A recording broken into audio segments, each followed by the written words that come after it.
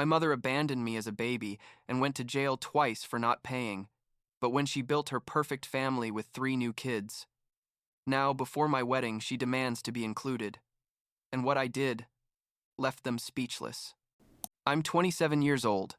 I work as a freelance graphic designer, and I'm engaged to the love of my life, Dylan.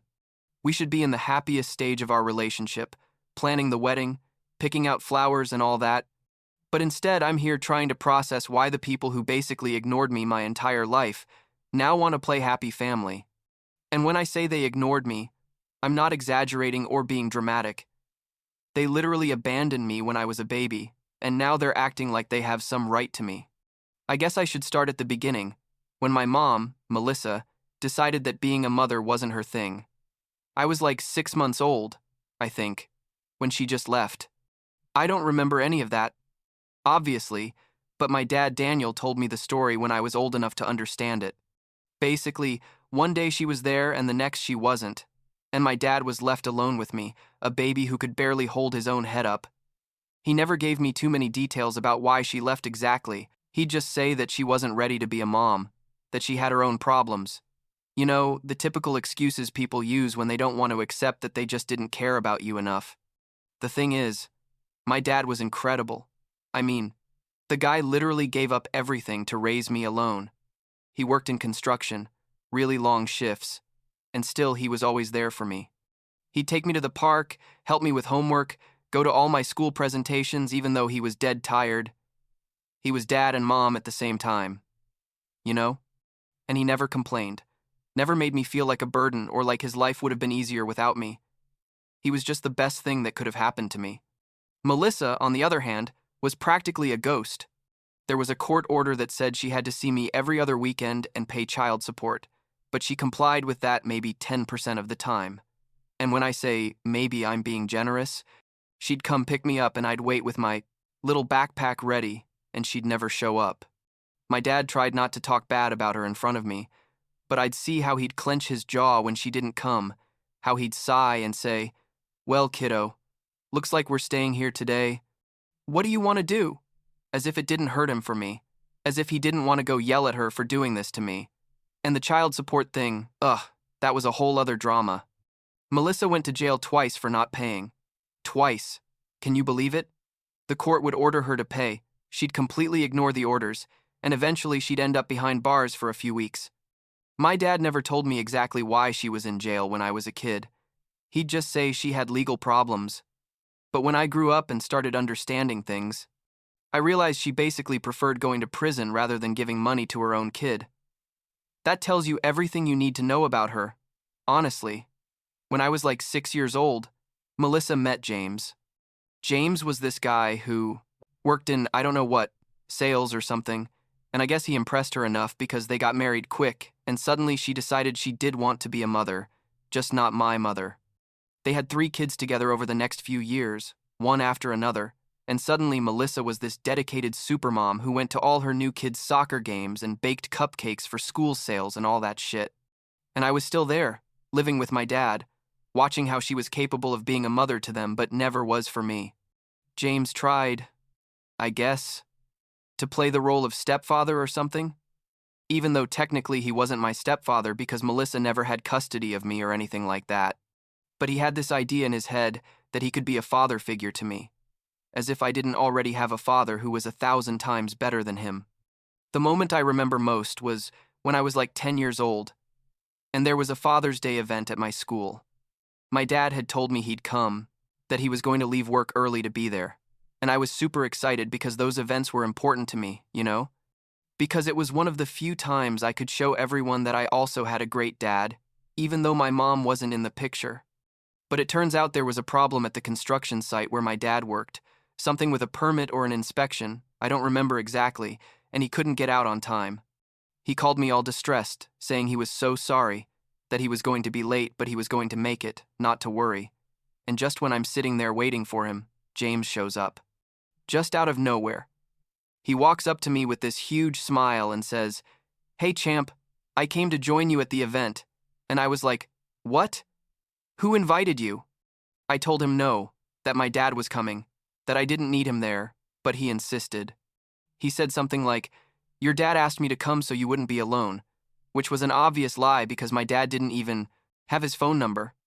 And the worst part is that James stayed there during the whole event, trying to act like he was my dad, introducing himself to the other fathers, participating in the stupid activities we had to do. When my dad finally arrived, like half an hour before it ended, he looked so uncomfortable, so out of place, because James had already taken his spot. We didn't talk much about it afterwards, but I knew it had hurt him, that he felt like he'd failed even though it wasn't his fault. After that day, I basically stopped seeing Melissa and James completely.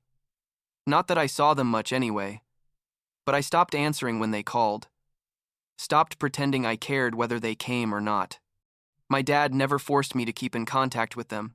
He let me decide, and I decided it wasn't worth it. They kept living their perfect life with their 3 perfect kids, and I kept living my life with my dad, who was the only family I needed. Everything changed when I was 14 years old. My dad died of a heart attack, completely suddenly, without any warning. One day he was fine, making jokes at breakfast, and the next day he was in the hospital and doctors were telling me there was nothing they could do. It was so fast that I didn't even process what was happening until days after the funeral. I felt like I was living in a nightmare I couldn't wake up from. Like at any moment my dad was going to show up and say it had all been a horrible mistake.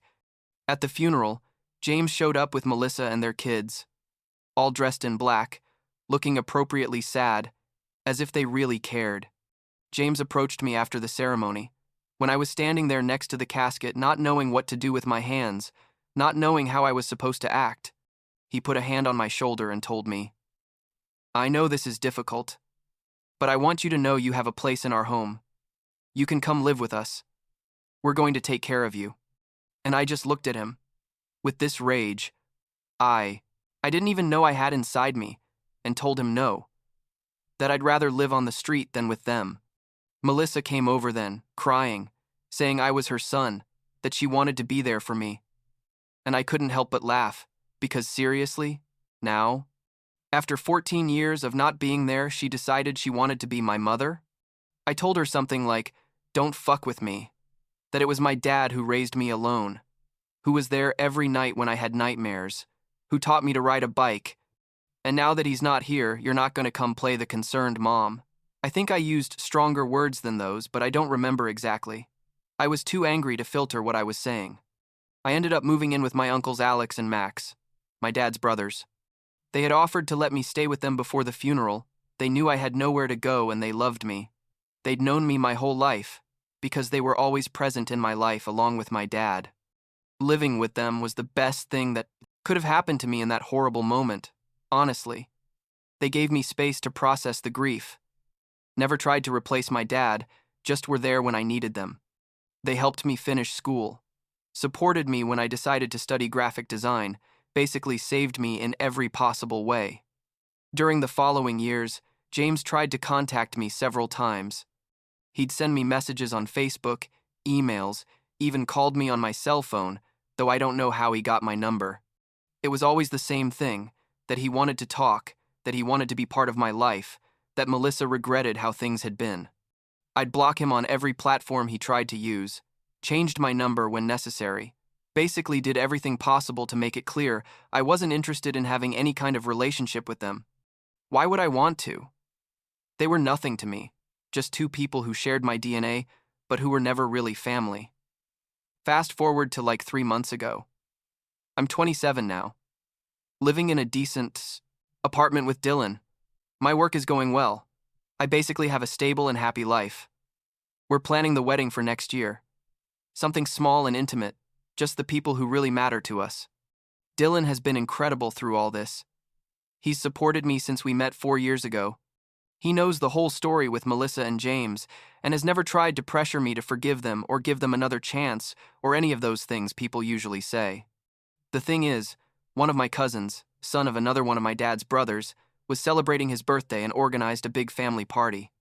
I went because I wanted to see my uncles Alex and Max and several cousins I hadn't seen in a while. I knew there was a chance Melissa would be there because technically she's still family, even though I don't consider her as such, but I thought I could just ignore her if she showed up. I didn't expect James to come too. But there he was, acting like he had every right in the world to be at a reunion of my family. Everything was going relatively well. I was talking with my uncles about the wedding, showing them photos of the venues. Dylan and I were considering when James approaches. He sits down next to me without asking permission, with that smile that I guess he thinks is friendly, but that makes me want to run away, and says, "So I heard you're getting married. Congratulations." I say thanks in the most curt way possible, hoping he'll get the hint and leave. But no, he stays there, waiting for something. And then he says it. He says, "I'd be honored if you'd let me walk you down the aisle. I know your dad isn't here anymore, but I'd like to be there for that important moment." And I freeze. I literally can't even process what he just said. Is he fucking kidding me? Did he really just ask me to let him walk me down the aisle like he's my dad? Like he has any right to that moment? Like the last 27 years didn't happen? I stand up because I can't keep sitting next to him. And all the conversation in the room basically stops, because I guess everyone can feel something's about to happen. I tell him, loud enough for everyone to hear, "I don't know what makes you think you'd have any role in my wedding, but let me make something clear right now. You're not my dad, you were never my dad, and you're never going to be my dad. My dad died 13 years ago, and neither you nor Melissa were there for me then, so you don't have any right to show up now and pretend we're family." Melissa stands up then, with tears in her eyes, saying I'm cruel, that she's my mother and I owe her more respect. And I can't help but laugh, because respect? She's talking to me about respect? I tell her, "Respect is earned, and you didn't do anything to earn it. You went to jail twice for not paying my child support. You abandoned me when I was a baby, and then you had 3 kids with this guy and gave them everything you never gave me." Is in complete silence at this point. Everyone's staring at us, but I don't care anymore. I've been holding this in for 27 years, and I need them to hear it. I tell James, "You tried to replace my dad at that school event when I was 10 years old, remember? And now you want to replace him at my wedding. But the difference is that now I'm not a kid who can't defend himself. Now I can tell you to go fuck yourself and leave me alone once and for all." Alex comes over and puts a hand on my arm, trying to calm me down, but I don't want to calm down. I look at Melissa and James and tell them, "Don't come to my wedding. In fact, I don't want to see you ever again. Don't call me. Don't write me. You don't exist to me. Understand?" And I leave the party without looking back, with Dylan following me because he knows I need to get out of there before I say something worse. I thought that would make it clear. But no. The following week, Melissa calls me. I don't know how she got my new number, probably. Some relative gave it to her thinking they were helping.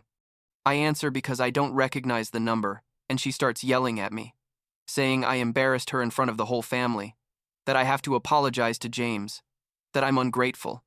And I just stand there listening to her yelling for a few seconds, almost amused by the audacity. And then I tell her, "You abandoned me. Period. There's no way to justify that. There's no way to fix it, and I don't owe you absolutely anything." And I hang up. I block that number immediately. Tell all my relatives not to give my information to Melissa or James under any circumstances. That if they do, I'm going to cut them out of my life too. It sounds harsh, I know, but I need them to understand I'm serious, that I'm not playing around or being dramatic. I'm simply protecting my peace of mind. But it doesn't end there. Because last week, James showed up at my apartment, just without warning, knocking on the door like nothing. Dylan was at work, so he was alone. And when I open the door and see him there, I'm shocked for a second. He starts with his speech about how we need to talk, that this has gone too far, that he just wants to be part of my life. I tell him to leave, that he's not welcome here. But he puts his foot in the door so I can't close it, saying he's not going to leave until we talk like adults. And something in me just explodes. I tell him, "You want to talk like adults? Okay, let's talk. You married a woman who abandoned her baby son. You knew that when you married her, you knew I existed, and you decided it was okay to have your own kids with her while completely ignoring the son she already had. You guys played perfect family while I grew up wondering what I'd done wrong, for my mom not to love me. And now that my life is going well, that I'm happy, You come to try to force yourself into it like you have some right. But you don't. You have no right. James goes quiet for the first time, looking at me like he doesn't. I know what to say. And I take advantage to push the door and close it in his face. I hear him say something on the other side, but I don't care. I put the lock on and walk away from the door with my hands shaking. Dylan arrives like half an hour later and finds me sitting on the couch still processing what happened. I tell him everything and he hugs me, tells me I did the right thing, that I don't have to justify myself to anyone. I blocked all possible numbers from Melissa and James again, told my landlord not to let them come up if they show up asking for me, basically took all the measures I could think of to make sure they can't contact me. Some relatives have told me I'm being too harsh, that maybe I should give them a chance. That family is important, but they don't understand. They weren't there when I was a kid waiting for a mother who never came. They didn't see how my dad broke his back working to give me a good life, while Melissa was busy being a mom to other kids. My wedding, is going to be beautiful. We're going to invite the people who have really been there for me. Alex is going to walk me down the aisle because he did earn that place. He was there when I needed him. Dylan understands all this, supports me completely, and that's what matters. I don't need Melissa or James's approval. I don't need their presence in my life, and I definitely don't need their version of what a family should be. The truth is, I'm still angry. Angry because Melissa had the chance to be my mother and she wasted it. Angry because James thinks he can just show up and claim a role he never had. Angry because I lost my dad too soon, and they want to pretend they can fill that void. But I'm also at peace with my decision, you know? I've built my own family with Dylan, with Alex and Max, with friends who are like brothers.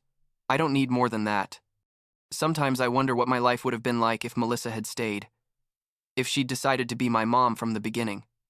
But then I remember I have the memories of my dad.